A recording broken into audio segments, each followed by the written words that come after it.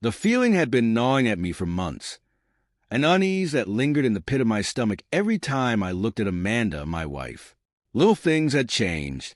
She smiled, but it didn't reach her eyes like it used to. She'd come home late, more often than I cared to count, citing deadlines, endless meetings, or impromptu after-work drinks with colleagues. I wanted to believe her, needed to believe her, but the late-night whispers into her phone when she thought I was asleep didn't help. I should have pressed harder when I saw those first signs. Her quick glances at her phone, the sudden habit of keeping it locked. But like a fool, I pushed away my suspicions, chalking it up to the pressures of her job. I convinced myself I was overthinking it. After all, we had been married for 10 years, and we'd built a life together. That's supposed to mean something, right? But then the subtle shifts turned into outright distancing. I'd wake up to an empty bed more nights than I could count. When I asked, she'd smile that practice smile and tell me she couldn't sleep or had an early morning meeting. The woman I loved, the one who once leaned on me for everything, was slowly slipping away. The moment of truth came when my phone buzzed late one Friday night. My friend Jeff had been out to dinner with his wife and, by pure chance, ended up at a restaurant across town. He'd seen Amanda there, but she wasn't alone. Jeff didn't just call me. He sent me a video. It took me a few seconds to process what I was seeing. Amanda, my Amanda, sitting across from a man, leaning in close. He had the stupid grin plastered across his face. And worse, they were holding hands. I watched, my heart pounding, as they kissed. The video lasted all of 20 seconds, but it was enough to crack my world wide open. I stood frozen in the living room, staring at the screen. My hands shook as rage and disbelief flooded me all at once. I wanted to scream, to throw the phone across the room, but all I could do was stand there, numb. They were kissing, like it was the most natural thing in the world. The look on her face was one I hadn't seen in years, content, relaxed, happy. But she wasn't with me, for what felt like an eternity. I paced the living room, replaying the video over and over again, hoping each time that somehow it would change, that I was imagining things. I wasn't. My body acted before my mind could catch up. I grabbed the nearest object, a vase Amanda had bought on some overpriced shopping trip, and hurled it against the wall. It shattered into pieces, but it didn't bring me the relief I hoped for. All I felt was rage bubbling beneath the surface, mixed with a profound sense of betrayal. I tried to rationalize it. Maybe it was a one-off, a mistake. Maybe I could forgive her, but the image of her lips on his, of their hands intertwined, wouldn't leave my mind. Just then, a knock on the door jolted me out of my thoughts. At first, I thought it might be Amanda, but when I opened it, there stood my neighbor, Jessica. She lived a few doors down and had been overly friendly for the past year. I'd always suspected she had a thing for me, but I brushed it off.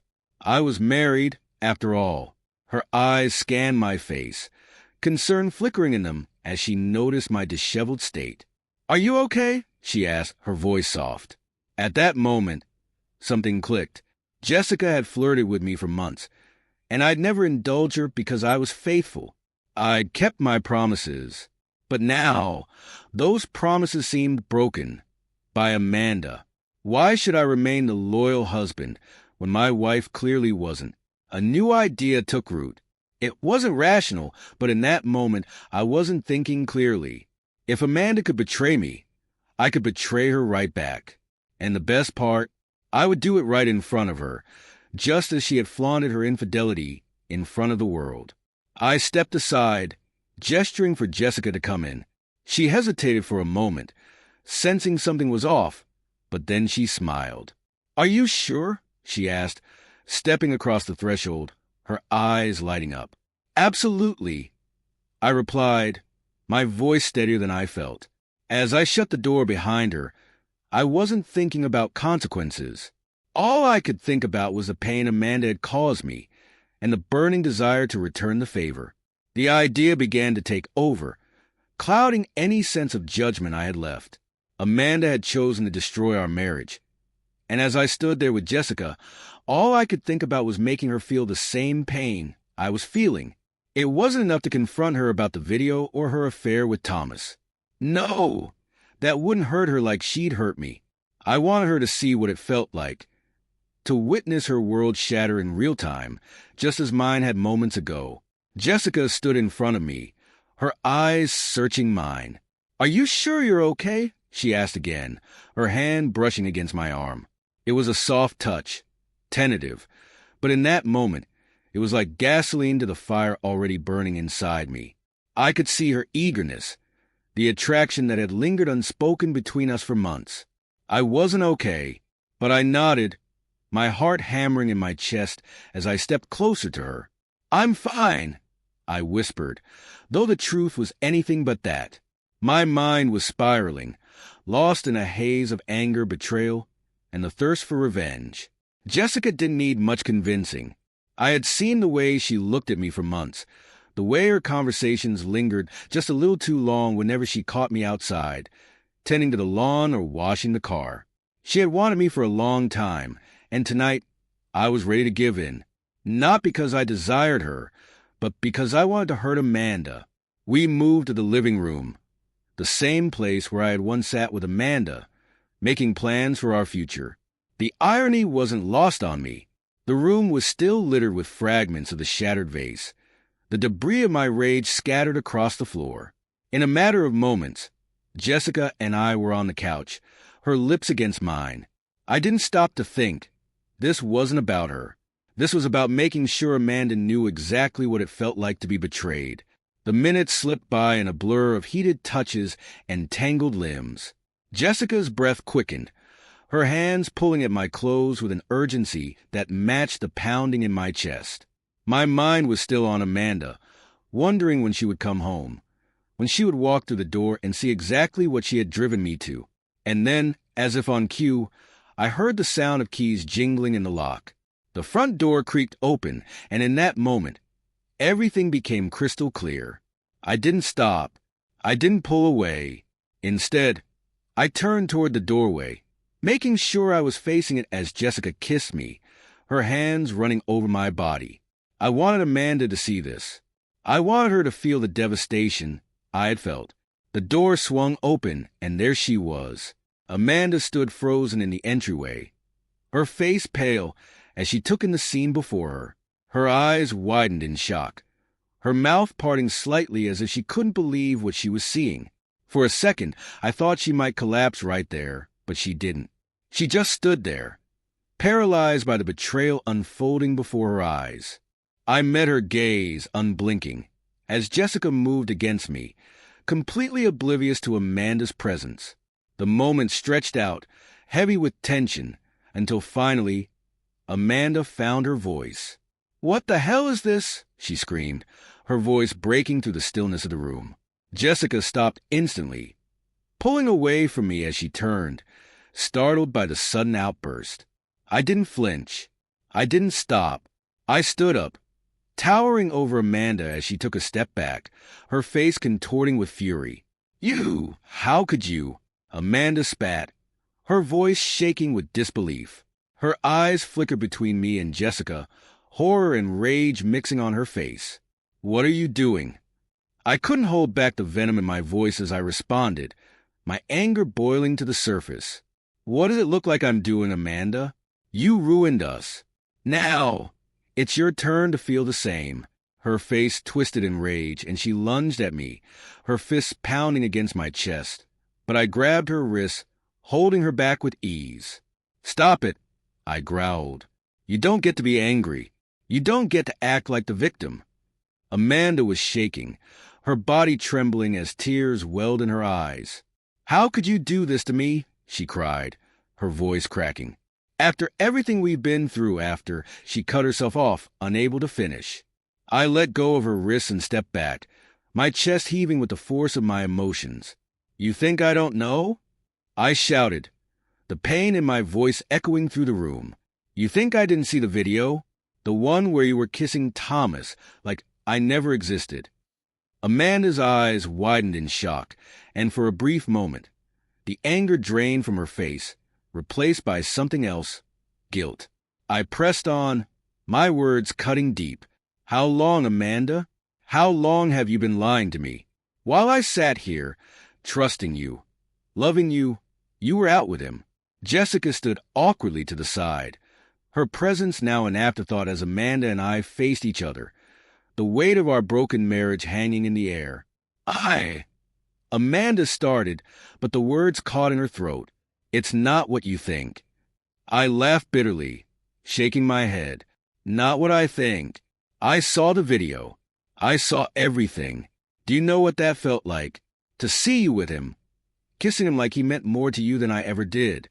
Amanda's tears finally broke free, spilling down her cheeks as she stood there, exposed and defenseless. She opened her mouth to speak, but no words came out. I didn't wait for her to respond. I didn't care what she had to say. The damage was done. In that moment, as Amanda stood there, broken by the sight of my betrayal, I realized something. Hurting her like this didn't make me feel any better. It didn't erase the pain of what she'd done. It didn't undo the years of trust and love that had been shattered. It just made me feel empty. Jessica, sensing the tension between us, slowly gathered her things and muttered something about leaving, her face flushed with embarrassment. As she slipped out the door, I was left standing there with Amanda, the silence between us deafening. "Why?" I asked, my voice barely a whisper. Amanda shook her head, wiping at her tears. "I don't know," she sobbed, her voice filled with anguish. "I don't know why I did it. I didn't mean to hurt you, but she had. She had broken me in a way I never thought possible, and no amount of tears or apologies could fix that. I want the truth," I demanded, stepping closer to her. "Tell me everything. Why him? Why now?" Amanda's shoulders slumped, and for the first time, she looked defeated. "Thomas, he was just, I don't know. It was exciting. It felt new and She paused, unable to continue. "And what about us?" I asked, my voice barely controlled. "Did we ever matter? Did I ever matter?" Amanda let out a shuddering breath, her voice shaking as she replied, "You always mattered, but I was lost. I didn't know how to stop." Her confession hung in the air between us, raw and painful. Amanda's sobs came to an abrupt halt, her face hardening as she wiped away the tears, anger now replacing the guilt. She straightened her posture, staring me down with a defiant glare. The vulnerable woman I'd seen seconds ago was gone, and in her place stood someone I barely recognized. "You want the truth?" she spat, her voice cold and sharp. "Fine, I'll give you the truth. I'm tired of you, tired of this boring, predictable life. You think I should be falling over myself for you? Please. You're so wrapped up in your own little world. You didn't even see what was right in front of you." Her words hit me like a slap to the face, but I didn't move. I just stood there, my fists clenched at my sides, waiting for her to continue. "You're so pathetic," she sneered, her eyes narrowing as she stepped closer.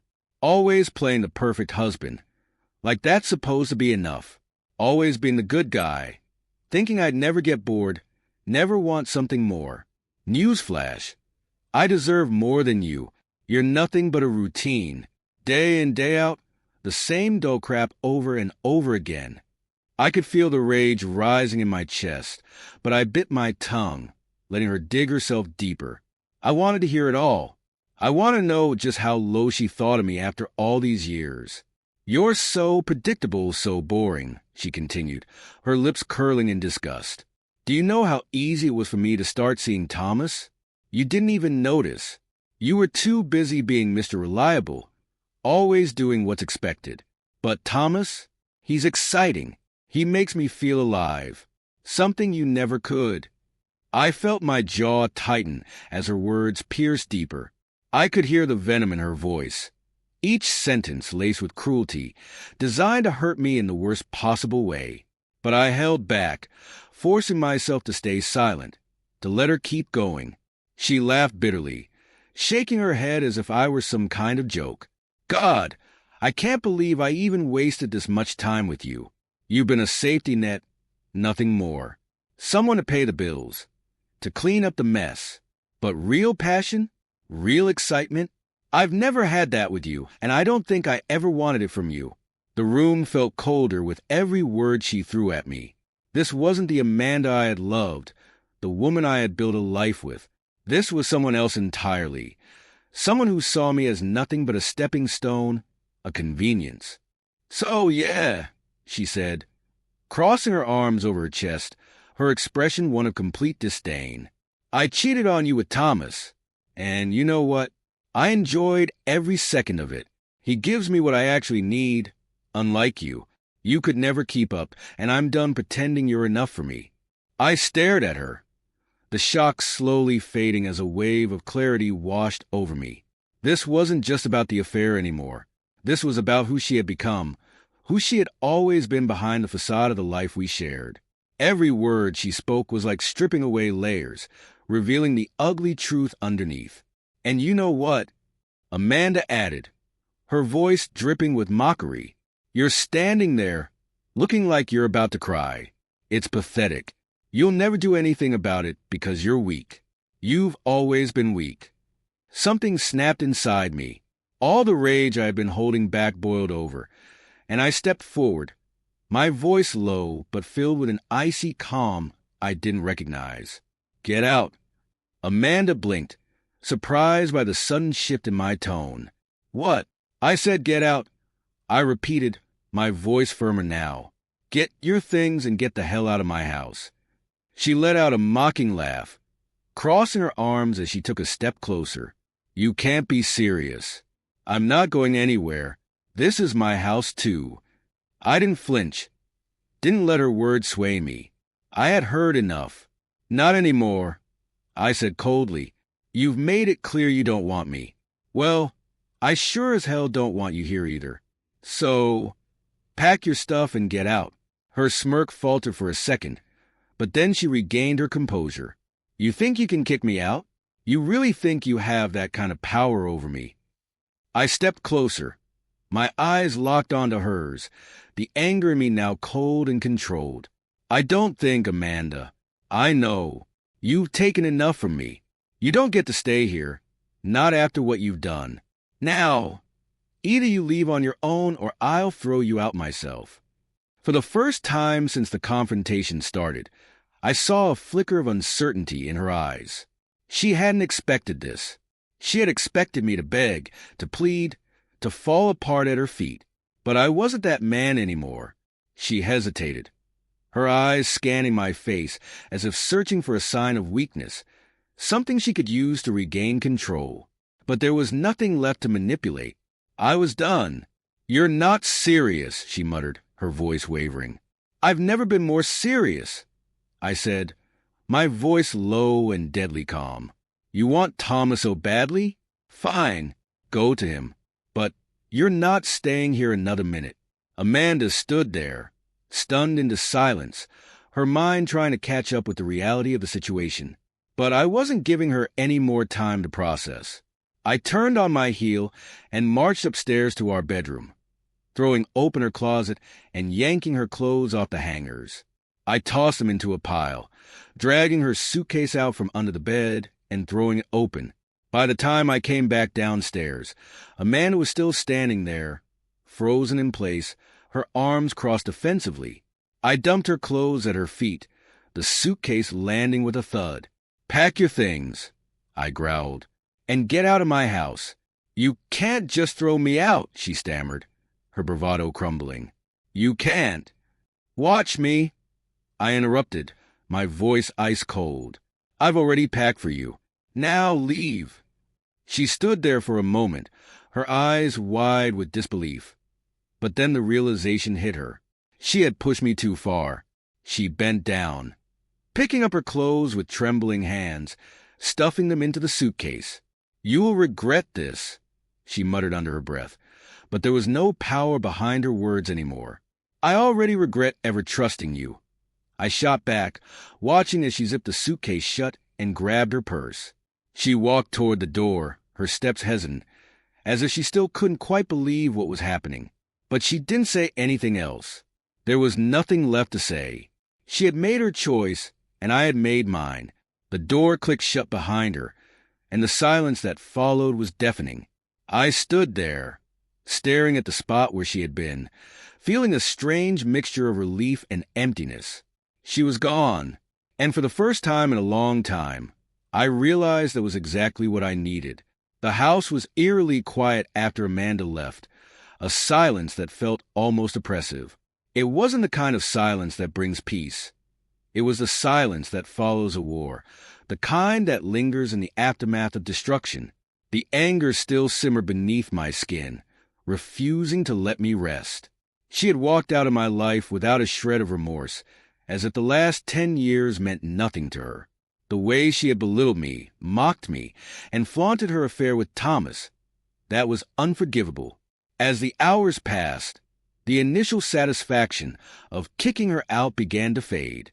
The truth gnawed at me. Amanda was probably with him now, laughing about how easily she had walked away from our marriage. The thought of them together, Thomas smugly grinning as he slid into my place, it made me sick. I wanted to hurt him the way they had hurt me.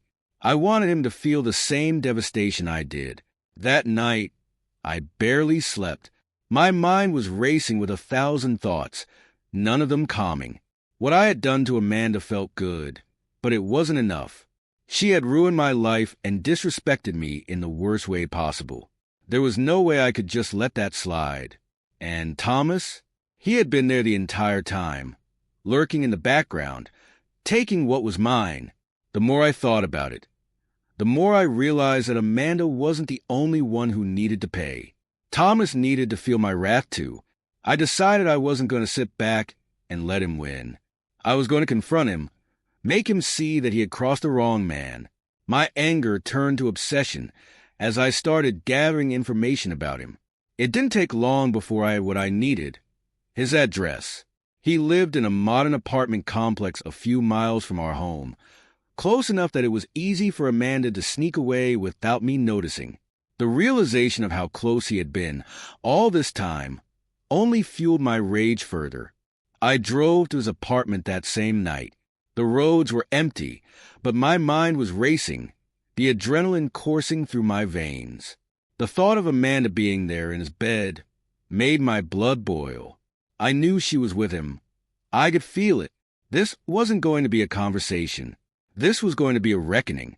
When I arrived at his building, I parked in a side alley out of view. I wasn't thinking clearly anymore, wasn't rational.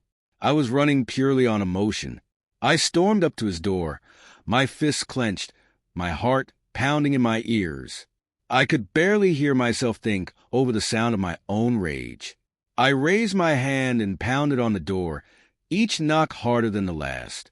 It took a few moments, but finally, the door creaked open, revealing Thomas standing there in nothing but a pair of sweatpants.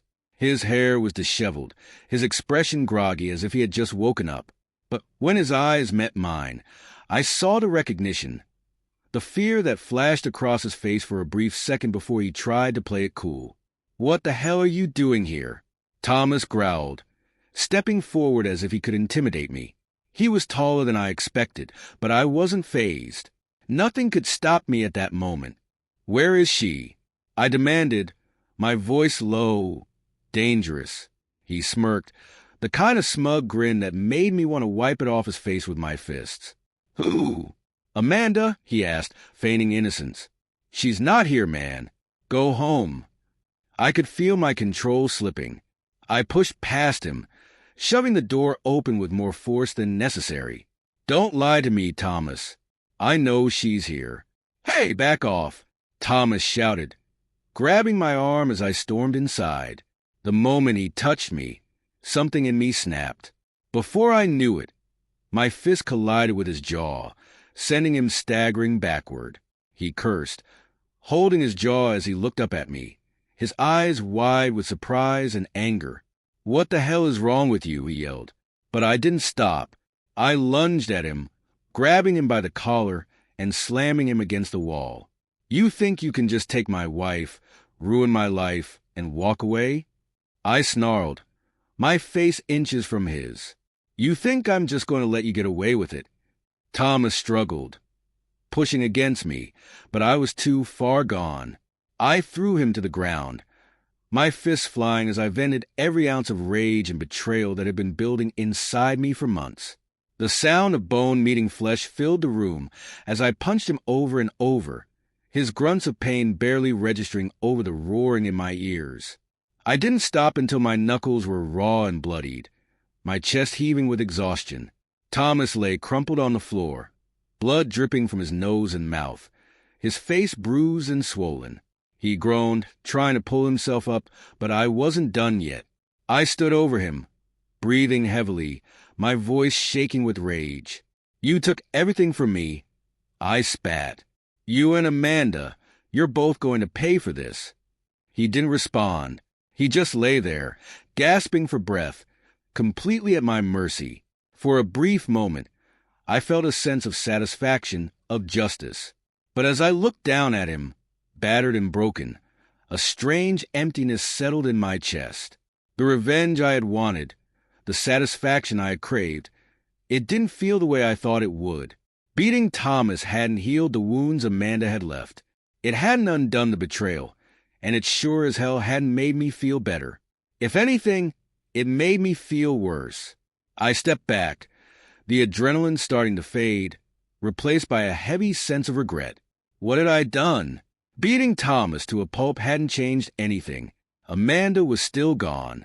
The damage was still done. I walked out of his apartment without another word, leaving him behind, bloodied and humiliated. The night air hit me like a cold slap to the face as I stepped outside, my mind racing.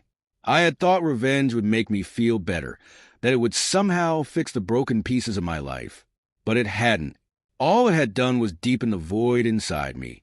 As I drove home, the reality of what I had done began to sink in. Amanda was still out there, and so was Thomas. And despite everything, the pain of her betrayal still lingered, stronger than ever. By the time I returned home, the adrenaline had all but faded, leaving me with nothing but the bitter aftertaste of my actions. My fists were still throbbing, knuckles raw from the assault on Thomas. I'd hurt him, but it hadn't brought me peace. Beating him senseless didn't erase the betrayal Amanda had inflicted upon me, and it sure as hell didn't take away the image of them together, laughing behind my back. I had wanted him to suffer, but I realized the one who deserved the real punishment wasn't just him. It was Amanda. I was done trying to process the emotional wreckage on my own. It wasn't enough to break her physically, to beat up her lover in a moment of rage. No, she had to feel the same humiliation I did. She had to lose everything she thought she could keep while trampling on me. My mind was racing now, fueled by a twisted need for vindication. Amanda had made a mockery of our life, our marriage. Now it was time to return the favor, publicly. I sat down at the kitchen table, staring blankly at my phone for what felt like an eternity. Jeff's video still sat there, the undeniable proof of Amanda's affair. I played it again, watching them kiss, watching Amanda smile as if nothing mattered but her new life with Thomas. The rage I thought I had burned through came surging back. But this time, it was different. This wasn't going to be a moment of anger. It was going to be calculated. I pulled up Amanda's family group chat. Her parents, her sister, her close friends. Everyone was there, and they had no idea what had been going on. Amanda had always been the golden girl in their eyes, the perfect wife and daughter who could do no wrong. They didn't know the truth. They didn't know the lies she'd spun to keep them in the dark. With shaking hands, I tapped into the chat and attached the video. My finger hovered over the send button for a moment, but then I pressed it, releasing the footage into the world with a simple tap. There was no turning back now. I added a short message to accompany it. This is the real Amanda. I hope you all enjoy seeing what she's been doing behind my back. Your perfect daughter is a liar and a cheat. As soon as I hit send, the chat exploded. Texts came flooding in almost immediately. Her sister asking if it was some kind of sick joke, her mother calling me, demanding an explanation. I didn't answer any of them. Let them see. Let them know the truth. But that wasn't enough. Amanda had hidden behind her pristine image for too long, not just with her family, but with her colleagues and our mutual friends. She had to be exposed everywhere. Without hesitation, I opened Facebook and posted the video there too, tagging her in it for good measure. It was a nuclear option, but I was beyond caring. I wanted the world to see her for what she really was. I clicked post, and the damage was done. I threw the phone down on the table and leaned back, waiting for the fallout to begin. It didn't take long. My phone buzzed with message after message. Friends in disbelief. People asking what had happened. Amanda's friends calling me to ask why I'd gone off the deep end. But I didn't care about the reactions. This was about Amanda. This was about her feeling the sting of humiliation the way I had. Except this time, the whole world would know. An hour later, my doorbell rang. I didn't even have to guess who it was. I opened the door to find Amanda standing there, her face flushed with fury. She stormed in before I could say a word, slamming the door behind her. Her eyes were wild, tears streaking down her face as she glared at me with pure venom. "What the hell did you do?" she screamed, her voice cracking. "You posted that video? You told everyone." I didn't flinch. "You think you can destroy my life, and I'm just supposed to sit here and take it? You've ruined me," she shrieked, her hands trembling as she pointed a finger at me. "My family, my friends, my job. Do you have any idea what you've done?"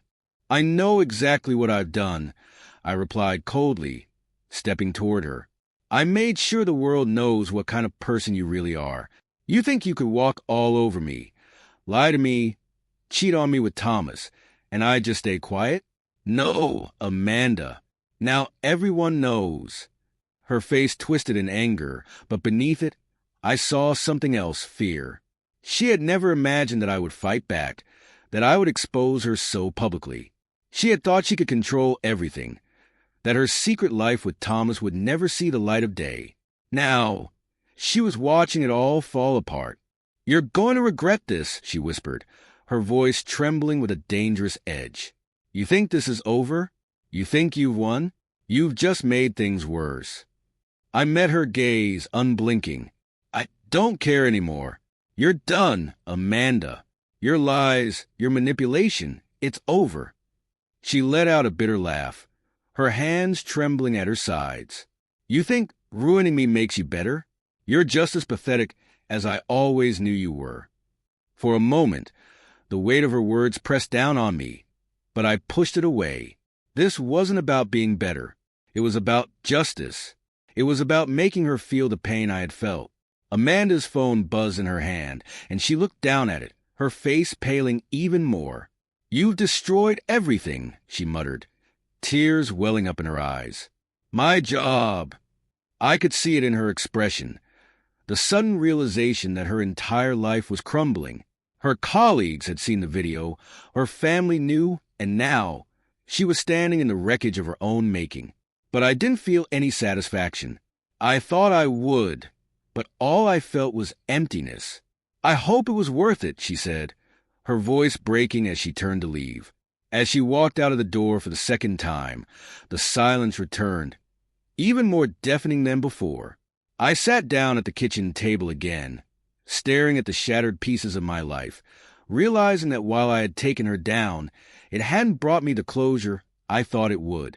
Amanda was gone, her reputation destroyed, but I was still left with the ruins of what had once been my life. I didn't feel victorious. I felt hollow. In the days following the explosion of my revenge, the dust settled, but the emptiness remained. Amanda was gone, her life shattered in ways that even I hadn't fully anticipated. Her family had disowned her, friends had cut her off, and her colleagues had distanced themselves after the video went viral. Her reputation was in tatters, her clean image now a distant memory. But as I sat alone in the house we had once shared, I began to wonder, had it really been worth it? The adrenaline rush of destroying her life had faded, and what was left behind was a hollow void. I had wanted Amanda to suffer, to feel the humiliation and betrayal I had endured, and she had. I had succeeded in exposing her for the liar and cheater she was. But in doing so, I had lost a piece of myself. Revenge hadn't healed me. It hadn't brought me the peace I so desperately craved. Instead, it left me more broken than before. I spent hours pacing the house, looking at the empty spaces Amanda had once occupied. The silence was suffocating. There were no more arguments, no more accusations, just quiet. I thought that would bring me some form of peace, but it didn't. All I could think about was how things had spiraled so far out of control, how I had let the anger consume me, turning me into someone I barely recognized. I realized that by destroying her, I hadn't saved myself. I had only deepened the wounds she had inflicted. Revenge hadn't brought me closure. It had left me feeling even more lost. Then one evening, as I sat in the darkened living room, my phone buzzed. It was a text from Amanda. "Meet me. We need to talk." For a moment, I considered ignoring it. After everything, why would I even entertain the idea of seeing her again? But something inside me, maybe it was curiosity, or perhaps some lingering desire for finality, compelled me to respond. I agreed to meet her, though I wasn't sure what I expected to come from it. We met at a park, a neutral place where we couldn't be surrounded by the memories of our shattered life together. Amanda looked different, hollow, just like me. Her hair was pulled back, her eyes puffy from what I assumed had been many sleepless nights. She didn't have the same confidence, the same arrogance that she had carried during our confrontation. She looked broken. "You destroyed me," she said quietly, her voice barely above a whisper. "I lost everything because of you." I stared at her, waiting for the anger to rise again, but it didn't. Instead, all I felt was a dull ache. "You destroyed yourself, Amanda," I replied, my voice heavy. "I just made sure everyone saw the truth." She nodded, looking down at her hands. "I deserved it," she admitted, surprising me. "I know I did, but I never thought you'd go that far." Neither of us spoke for a while, the tension hanging between us like a thick fog. Finally, Amanda sighed, glancing up at me with tired eyes. "I didn't want things to end like this. I didn't want to hurt you, not at first, but I don't know. Somewhere along the way, I just lost myself. I didn't know how to stop." "Why?" I asked, the question that had haunted me for so long finally breaking free. "Why did you do it? Wasn't I enough?" Amanda hesitated, her eyes filling with regret. "It wasn't about you not being enough. I was lost, Tom. I felt trapped in the life we'd built, but it had nothing to do with you. It was me. I was restless, and when Thomas came along, it was like this escape, but it was never real. Not like what we had." Her words stung, but they didn't bring the same anger they once had. I had spent so long wondering if I wasn't good enough, if I hadn't been the husband she wanted. But hearing her admit that it had been her, not me, lifted some of that weight off my chest. "You destroyed everything we had," I said quietly. "And for what? A fling with someone who doesn't care about you." Amanda nodded, tears welling in her eyes. I know I did, and I regret it every day." The silence returned, and for the first time in weeks, I felt something shift inside me. It wasn't forgiveness, not yet, but it was the beginning of something. An understanding, maybe, a realization that holding on to the anger, the hatred, wasn't going to fix anything. "I don't know what to say anymore," I admitted, my voice breaking the quiet. "I don't know if I can ever forgive you for what you did." Amanda wiped at her eyes, her voice small. "I don't expect you to. I just wanted you to know that I'm sorry. Truly sorry. And that I hope you can find some kind of peace after all this." Her words lingered, and as I watched her walk away, I realized that I wasn't holding on to the same rage that had consumed me before. It was still there, but it wasn't as sharp, as overwhelming. Maybe I had started to let go, or maybe it was just the exhaustion of everything finally catching up to me. In the days that followed, I made a decision. I filed for divorce. There was no point in holding on to something that had been destroyed beyond repair. Amanda had broken our marriage, and even though I had exposed her and exacted my revenge, the relationship was irreparably damaged. We couldn't go back, and I didn't want to. I needed to move forward. But moving forward didn't mean I was healed. I knew that much. The divorce was a first step, but the pain would take time to fade, if it ever did. Amanda had left scars that ran deep, scars that no amount of revenge could erase. I started selling off the house, all the memories tied to it. It was a painful process, but necessary. I couldn't stay there, surrounded by the remnants of a life that no longer existed. I needed a fresh start, far away from the ruins of our marriage. I didn't know where I would go, but I knew I couldn't stay. As the months passed, I slowly began to rebuild. I moved to a new city, far from the memories of Amanda and everything we had lost. I wasn't healed, not by a long shot, but I was starting to find some semblance of peace. The anger had dulled, replaced by a quiet acceptance of what had happened. Amanda was a part of my past, a chapter that had ended in the most brutal way possible, but I was beginning to see that my future didn't have to be defined by it. In the end, revenge hadn't brought me the closure I had hoped for. It hadn't fixed the broken pieces of my life, but it had brought me clarity. Clarity that it was time to let go, to stop living in the shadow of what had been lost. The road to healing was still long, and I didn't know what lay ahead. But as I looked out at the horizon of my new life, I realized that for the first time in a long time, I wasn't consumed by anger or bitterness. I was just ready to move forward, and that was enough.